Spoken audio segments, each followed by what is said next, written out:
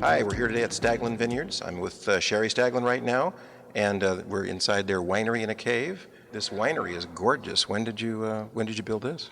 Well, it took us a long time to get our winery. We had our vineyard. We bought a fully producing vineyard in '85, but then it wasn't until 2000 that we started digging our caves to build our underground winery, and we finished it in 2002. So it's pretty new. We're out here in the vineyard, and we're sitting under a really shady tree. It's very nice out here today. What can you tell us about the vineyard out here? This looks like, I would say these look like grapes to me. What are they actually? Good choice. Good guess. Yeah, these are vines that were planted approximately in 1990. So they're almost 16 plus years old. Big, gnarly vine trunks that you can see there. This is Cabernet using the original clone that was planted with André Tchelistcheff. We think it came from some properties in this whole area here. We call it the Martha's clone because it has that wonderful kind of eucalyptus character that's characteristic of what came from that vineyard. It's a term that was coined, I think, by André Tchelistcheff a long time ago. Another famous wine writer named Dan Berger, I think, actually did a study about, well, what is the bench lands that everybody talks about, the Rutherford Bench? What is it? What does it consist of? And is there really a soil type that's associated with that?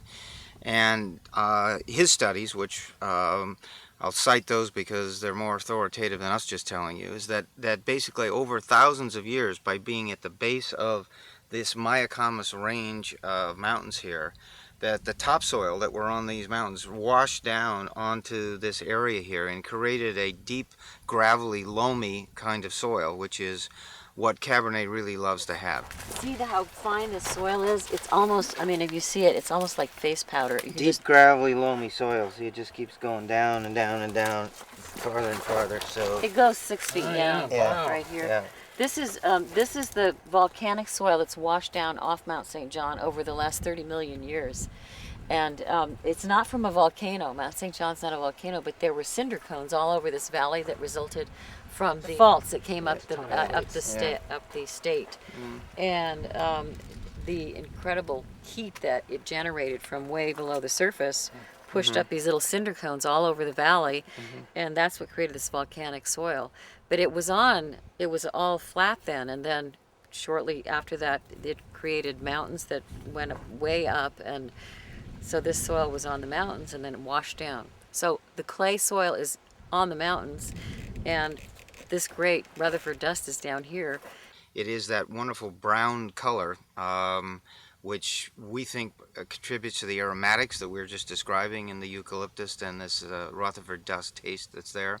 And its drainage is the friend of Cabernet. Cabernet does not like to have wet feet, so having this great drainage allows it to retain that tiny concentration of flavor as opposed to sucking up the moisture coming from a more clay-like condition.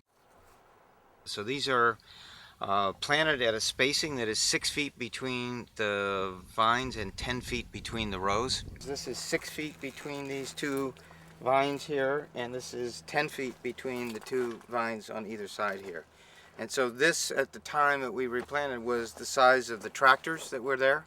And it was a part of the process that people thought this was the right spacing. And if you can see the vines, they go up and they go this direction.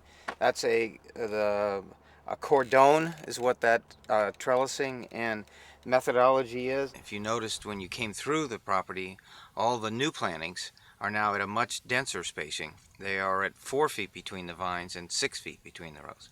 This is 4 feet. 6 feet across this way and 4 feet vine to 6 vine. feet in here. Yeah, much tighter spacing, and you can see this cordon, the fruit is much lower, and instead of the grapes going up and over, this one comes up and just goes in one direction. So we have 5 shoot positions here, and then we move this down to 1 cluster per shoot. And the theory behind all of that is that you want to achieve this proper balance between stress and nutrient levels so that the vines don't get too fat, dumb, and happy. They stay small and intense, and by increasing the density, you control that process by having them compete for the nutrients and water that are in the ground. If you go too much, you'll starve them out. If you go too big, then there's too much nutrients in the ground, and the grapes have a much more dilutive character. Probably in '95 we started thinning more, and then when Michel Roland started helping us out with the '99 vintage, he convinced us that we should be thinning even more, and we have in most places gone to 1 cluster per shoot. Yeah, so we were talking about 1 cluster per shoot.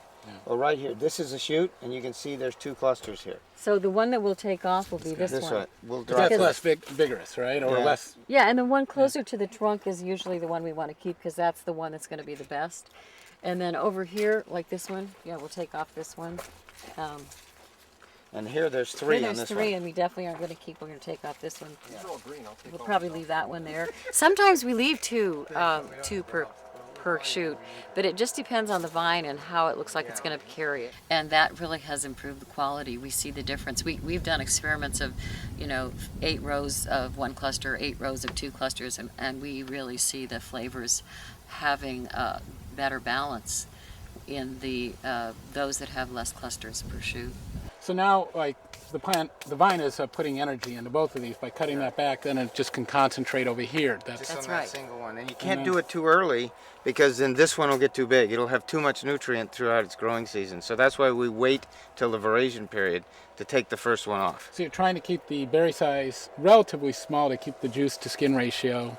Right. Keep the high yeah, concentration, high, the volume. You don't want a lot of liquid in there. So this is the second crop. So this all happened during the first blooming. But what also on every vine is the second crop, which is And up it's here. usually up high. It's up And high we like just this. we just go through and pull those Now, off. yeah. Now some people actually leave these on and let them get ripe and actually pick them and try to make wine out of them. But we But you'll don't do never that. have fruit quality that's in it. And they are also messing up the nutrient And balance see too. how they don't? They're just not. No, They're there's just little. nothing there. Yeah, and there'll always be these little shot berries. So we will go through and clean all this stuff up. After we do this, then we'll come back through and another pick will come and do that. We'll take off the second crop. Normally that vineyard would produce somewhere in the 8+ tons an acre if you let it You just go. let it go. If we were, if we were growers of Cabernet, it would be 8. The way we're doing it, it's something closer to 3. 2.5 to 3 now. 2.5 to 3. So we're losing 60 to 70% of the grapes that are out. Just got to break your heart to lose those grapes. It does. It does. You have see to all have- those baby You clusters need to on have the ground. faith. You need to have faith. When they come in and say, "We got to thin it again," I said, "Oh my God! I mean, that's $30,000 you're going to put on the ground right there. Do you think this is going to be really going to happen?" And they said, "Absolutely." Yeah, the idea here is really to give a sense of place to our wine and to develop, to express the terroir, which is very particular to the site, to the Cabernet Sauvignon. And we believe that the smaller the berries are, more concentration we have, and better expression of the terroir we have. Luc was talking about terroir. It's a combination of a lot of things. It's the soil, but it's the sun, and it's the elevation, and it's the wind, and it's all those things that do define this sense of place. And what we're trying to do is preserve that in the wines.